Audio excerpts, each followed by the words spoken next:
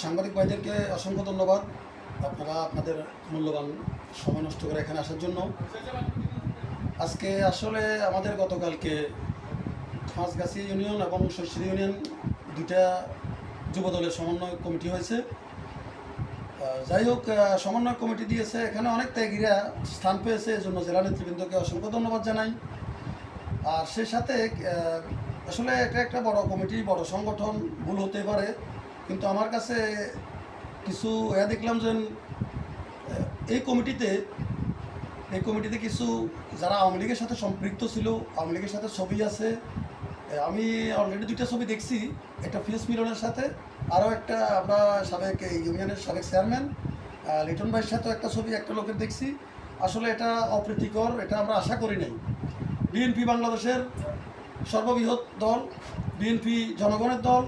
আমাদের নেতা তারেক রহমানের বক্তব্য হচ্ছে যারা অতীতে আওয়ামী লীগের সাথে ছিল, আওয়ামী লীগের সাথে অন্তত একটা ছবিও আছে রাজনীতিক, তাদেরকে যেন কমিটিতে না আনা হয়। এখন আমার প্রশ্ন হচ্ছে, আমি একটা লোকের নাম দেখলাম সুপার 10-এর মধ্যে, তার নামটা কে এনেছে? আমি জেলা নেতৃবৃন্দের কাছে, আমাদের জেলা নেতৃবৃন্দ, জেলা যুবদল অত্যন্ত দক্ষ, আমাদের প্রিয় ভাইরা আছেন সেখানে, আমাদের নাসিরউদ্দিন খন্দকার ভাই আমি অত্যন্ত শ্রদ্ধা করি, ভরত ভাইকেও শ্রদ্ধা করি, বেলাল ভাইকেও শ্রদ্ধা করি।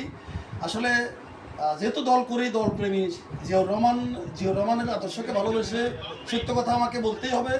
আমি কিন্তু কারো পড়াশোনায় একথা বলতেছি না, আমিও একটা সংগঠনের দায়িত্বে আছি। আমি স্বেচ্ছাসেবক দল করি, যুব দলও আমাদের সহযোগী সংগঠন, আমরা সবাই ভাই ভাই, আমাদের নেতাও সমান। কিন্তু দুর্ভাগ্যের বিষয় হচ্ছে, যেভাবে হোক আমি জেলা নেতৃবৃন্দকে বলবো, কাদের অনুরোধে, এটা তো জেলা নেতৃবৃন্দ জানে না আওয়ামী লীগের সাথে কাদের সম্পৃক্ততা ছিল, এই নামগুলো আমাদের ইউনিয়ন থেকে গেছে।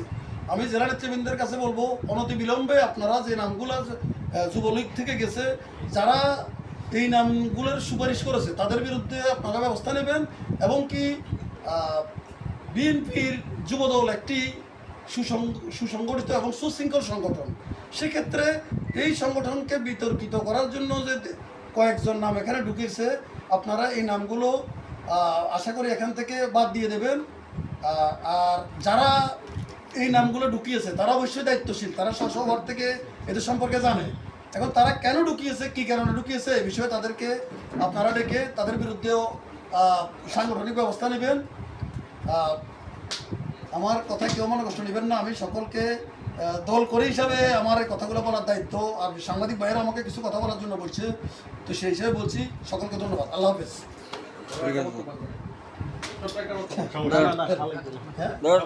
বন্ধ করো।